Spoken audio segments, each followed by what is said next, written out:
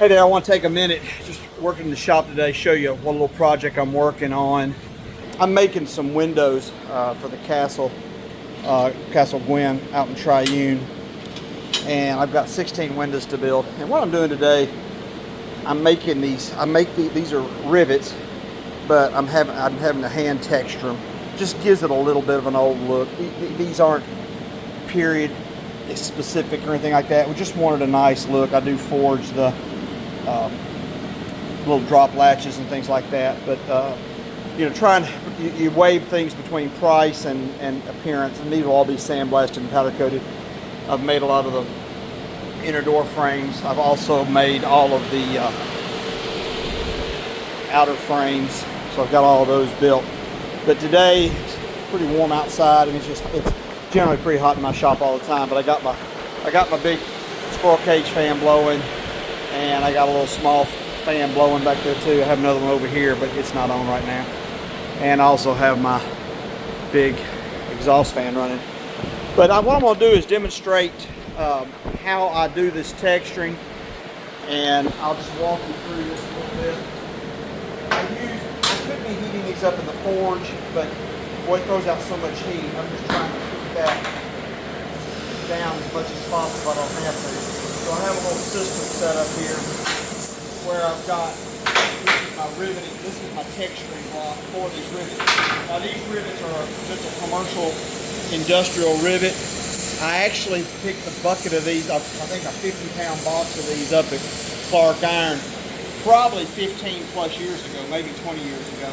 And I've still got 200 left. But I've used about half of this bucket full of rivets over the years and through my different projects. So, and I've already done several. I got back there, and this little piece of steel here is where I'm throwing the hot ones right now. But the way that this is kind of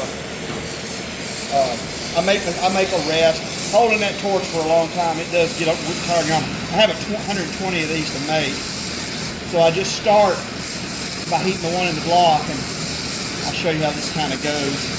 It takes about 30 or 40 hammer swings to texture each one. And what I do is start heating that one.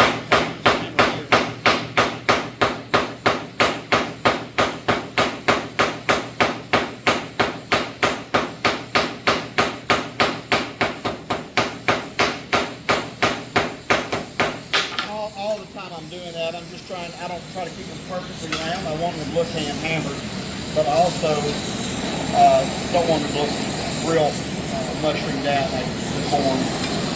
So I put another one in there. I'm over here, this one's already been preheated a little bit, so it heats up faster. And again, goes the preheat.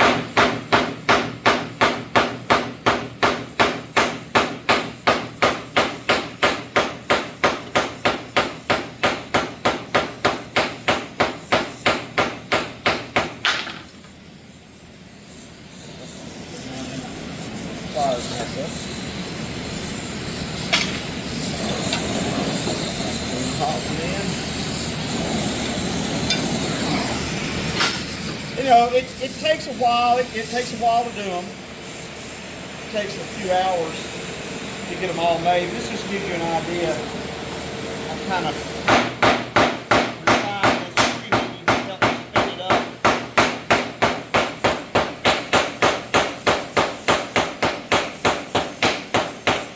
Do one more. That kind of gives you the idea of what it takes when you're wanting stuff that is all hand hammered and textured. Even though these are a faux rivet, they're actually being welded and ground off on the back side. I have used these as real rivets to rivet two pieces together, but in this they're pretty short. In this application,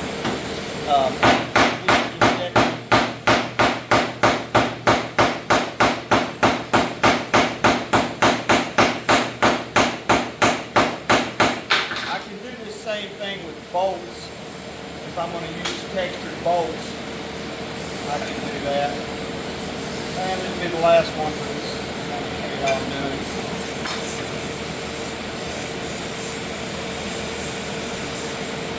This little block of steel has been used to texture a lot of rivets.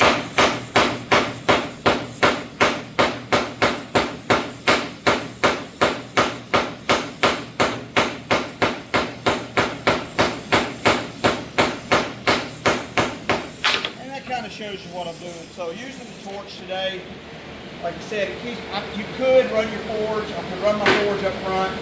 I could pile a whole bunch of them in there, but then you're handling all that excess heat. Here we're keeping the heat to a minimum. I don't heat up the whole rivet. I don't heat the shaft up. I just heat the head up.